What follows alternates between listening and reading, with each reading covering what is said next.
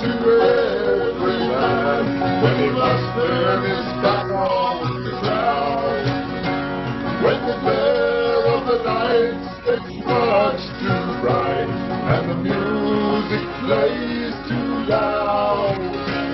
When a man must run from the deeds he has done, reflecting those days with a sigh.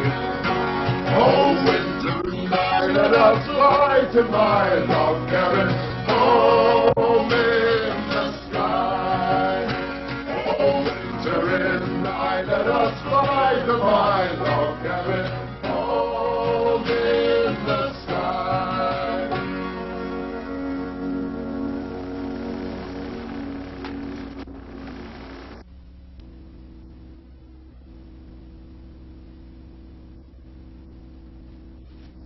The north coast of New South Wales was settled by people who took their living from the land.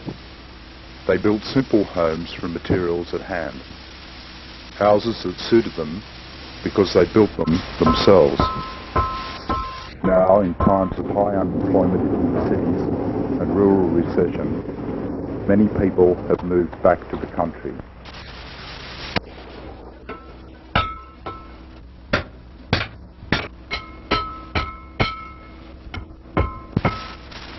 With little money and much time, they are turning to a more satisfying life, using their own hands to create value. They are making their own tools and building their own houses.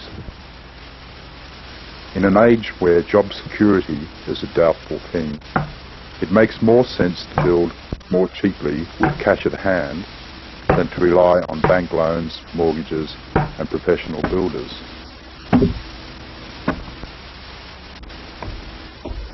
Learning to build your own house means learning from others, like old skills from old-timers, by comparing notes with other owner-builders. This film is one man's journey on that path. Winter is nigh, let us fly to my log cabin, home in the sky. Oh, winter is nigh, let us fly to my log cabin, home in the sky.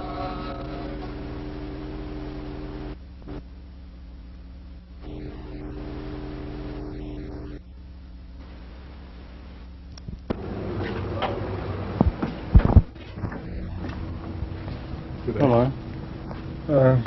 I hear you've got a display on home building books here. Yeah, we've got quite a lot here, I'll show you. Oh, yeah?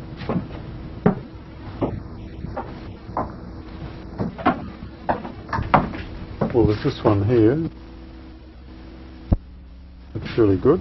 Oh, Guide yeah. to the wood butcher's art. Looks like it might have a few good ideas in it. It's mainly an ideas book. It doesn't tell you the exact details of how to do it. Yeah. It's got plenty of good ideas in it. Well, it's kind of the way I like to build anyway. Start with the floor Yeah. and sort of get the ideas out. Yeah. This looks like a pretty good one. Yeah, that's really nice, isn't it? Yeah, I'm interested in looking at some with mud bricks too, and Well, this one here getting is a bit of technique on that one. This one's just come out. Oh, yeah.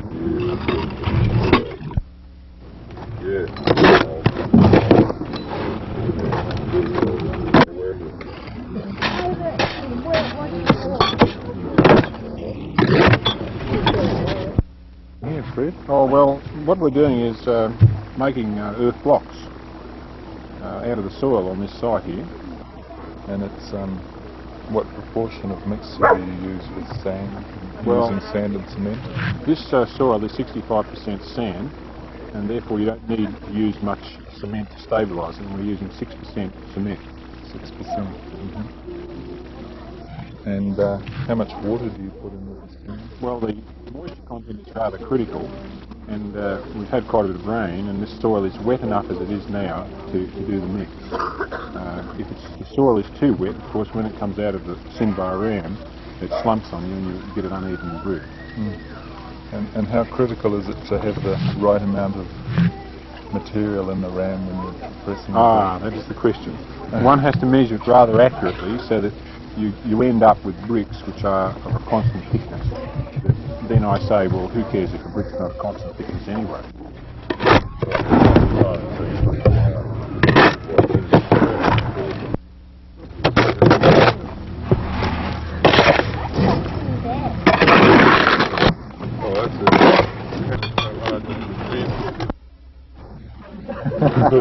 Go on, Garth. We'll have more music on.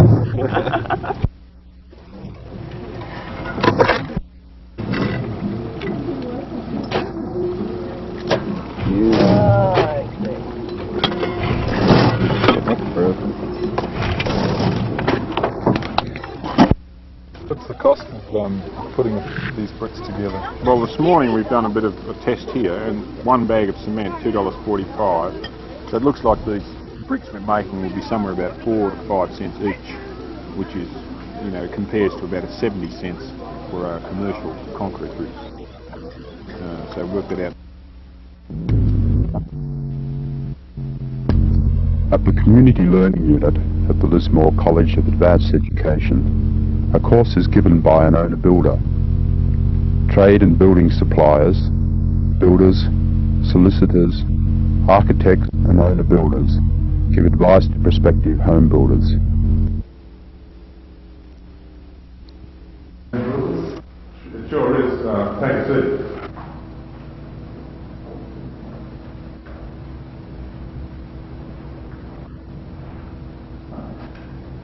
Well, welcome to week 4 of the Owner Builder. We're talking about design this week. Just to recapitulate on last week's work where we looked at materials, both new and second hand. Have we got any questions from people that have just joined us?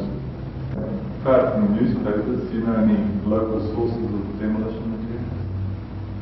Yeah, I believe that the Tweed Records are a good place for second hand materials, and there are sources in Brisbane, and apart from the local demolition from houses in town.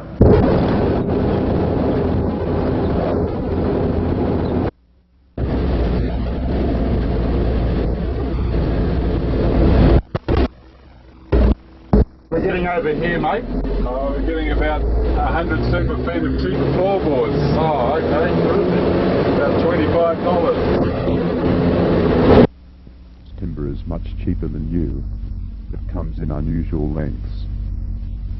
Second-hand doors and windows for a whole house can be had for $50 upwards, and the house is designed later to fit around the materials bought. This demolition yard at Tweed Heads recycles houses demolished for tourist development.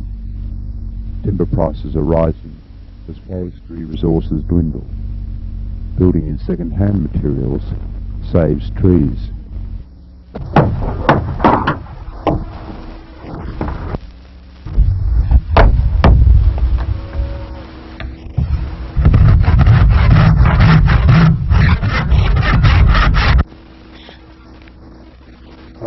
This is Mac's house. Joseph and I are giving him a hand to build it at the moment. And it's taken about 8 weeks up to this stage. Oh yeah, working about 2 days a week, or 3 days a week sometimes. Most of the energy is sort of taken up with, up to now, getting the materials together. It's a lot to get together. You got all these round poles up here. They're probably the easiest ones because we get them just from up in the forest. This one here, that's a turpentine, but most of the rest are tallow wood poles, and you've got to select the right ones. It usually takes us about a day to get enough poles for one house, and then or sometimes we can do all the debarking, take the bark off in the same day, sometimes a couple of days later. But mainly I build from these because you can build a completely different sort of structure, as against what you can build with square timber, give a completely different effect. I think a much more beautiful effect too. A lot of the other timber that you see around here too, like the 3x2s we're using for the rafters, and these ones we're using for the veranda floor, and Oh, there was a lot of others bought for the other houses too, and we got this on one 16-ton semi-trailer load that came in from Urbanville, and that was quite a story. Oh, too. that was pretty amazing. That's Yeah. They delivered it about $23 a 100 super, and we went up to get it, and we had about 10 home builders up there who were building their own houses who'd got orders from it.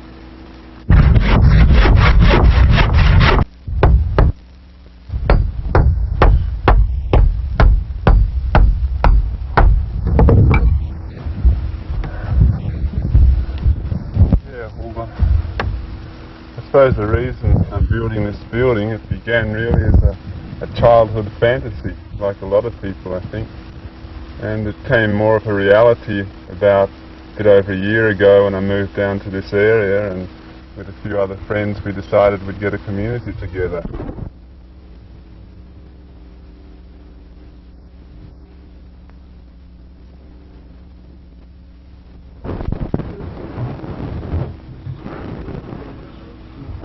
And getting a community together meant getting shelter together, and so this house.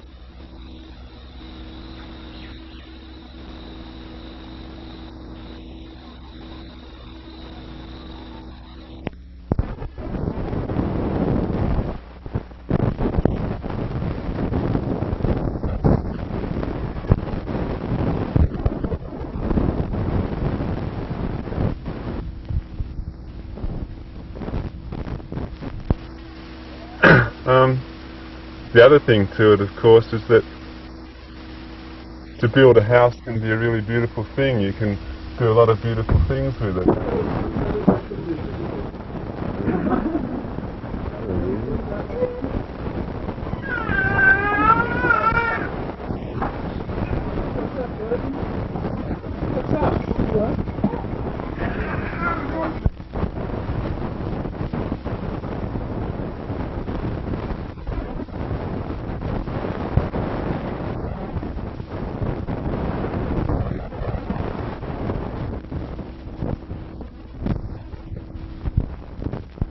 And then, of course, there's the economic side of it. For instance, this house here with the poles I'm getting from the forest, and timber recycled and bought second grade but picked out good quality, and windows recycled, some really beautiful windows too. Altogether it won't cost any more than maybe $1,000, a few hundred more than $1,000. I just heard of somebody the other day who's having one of these kit log cabins built for them. That's going to cost them $15,000. And that's a lot of labour, you know. You can save 3 years' work working in the city for money, just about, trying to save that, and instead just come here, live on the land and live a good life and build your own home. Tonight we want to look at some people who built their own houses, or in the process of building their own houses. And as the first case history, we've got John and Jan come along to show us their house at Crockton Road near Nimbin. The buildings were built as part of a complex of dwellings to accommodate several families who were living in a sort of communal situation. And our general arrangement is to make some buildings public communal ones, such as the kitchen and the washhouse laundry, and other buildings are private space type buildings, bedroom, living room situations.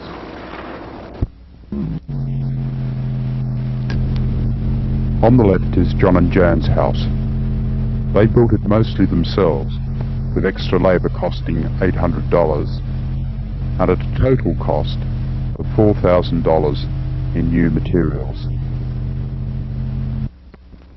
The overall design concept I think we had of our place was that of a cave. We found with this climate that we're outside all day, except when it was pissing rain, really howling a gale, or at night time. And those were times when you wanted to be protected from the elements in a fairly warm, cosy, intimate sort of atmosphere. So we built with a large, free-flowing sort of access to the outside, so we could provide some continuity from the outside to the inside. on this aspect, but the rest of the house is fairly contained to give that sort of closed, secure, cave-like feel.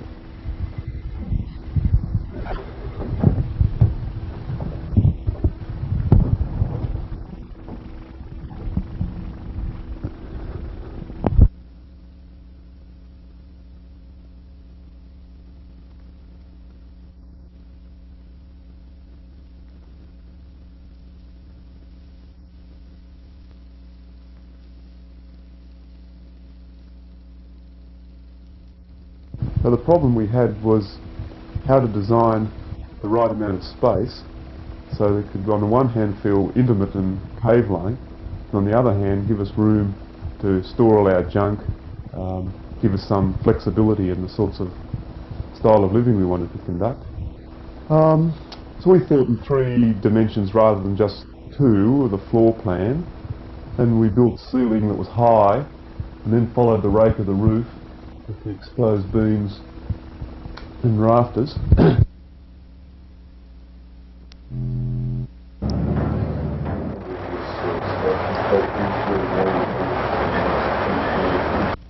The Homebuilders Resource Centre, and we sell cheap tools at these, and they're cheap because we buy in bulk. We also have an exchange of information and skills. Chainsaw workshop coming up. We've just had a successful solar panel workshop. That's the sort of thing I'm doing.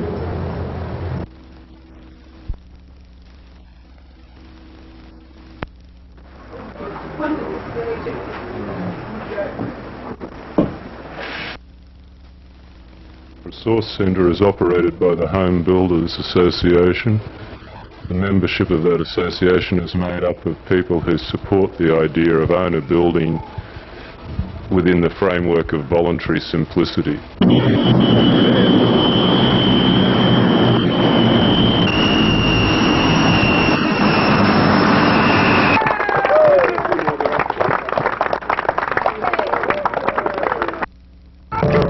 There are times when we all feel before man. Nature has no harmony. Go down to the forest. Let's go save our home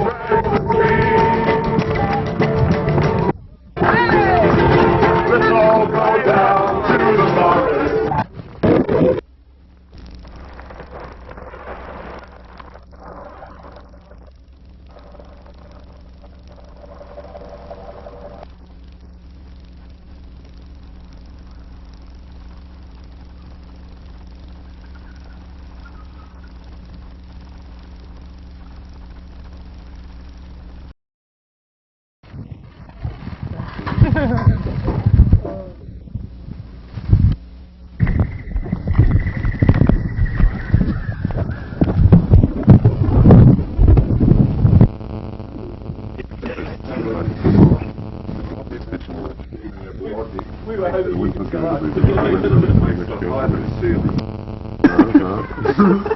They say we've got to turn our bedroom into a storeroom. The ceiling's not high enough. Turn our feet out of the bedroom into the storeroom.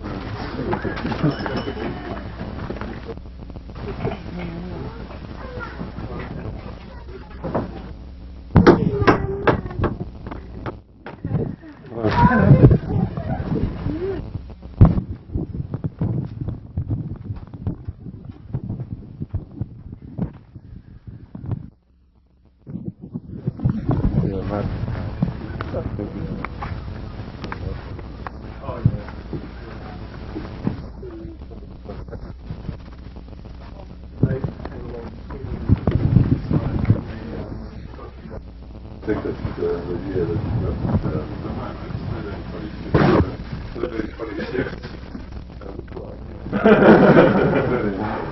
13 children, 26 adults. 14 children now. And 2 I was going to say, you'd have to do some lightning calculations.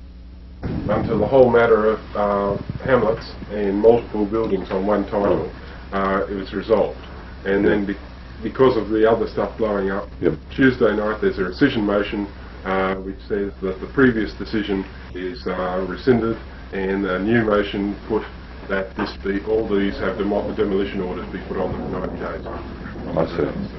More than one. Well, yeah, on the ground. Well, Initially, but I mean, if we Because solve that, that there'd still be Ordinance 70, which Yeah. says that you can't have round poles in a horizontal position, for instance. You can have vertical round poles, but you Yeah, can't there's have a- horizontal round even though poles. they make bridges that way. Right, etc., etc., etc. So it's $1 million to bring them all up to standard, you know. The anti-round pole. You know. That's a new immutable law, right?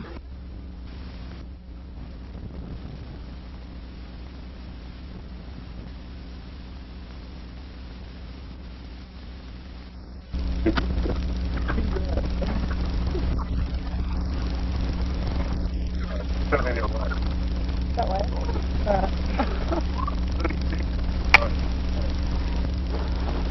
There is a bit starting up down.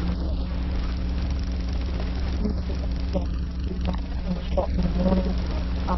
Filming at the shop. No, but it's alright because we get hours each day. I think simply the distance providing a decent lifestyle for a lot of people who otherwise would be just languishing on the dole and renting flats and just looking for one job after another job. But the very good development covers that pretty well. And the thing is, the other thing is that what we are doing provides an opportunity for people on very low income to be able to protect their own homes and to raise their families in a house that they know that they can stay and live in the rest of their lives if they choose. At the moment, I don't know the exact figures, but I do know it's very, very difficult for young people to own their own homes today. And I think that there's a lot of a number of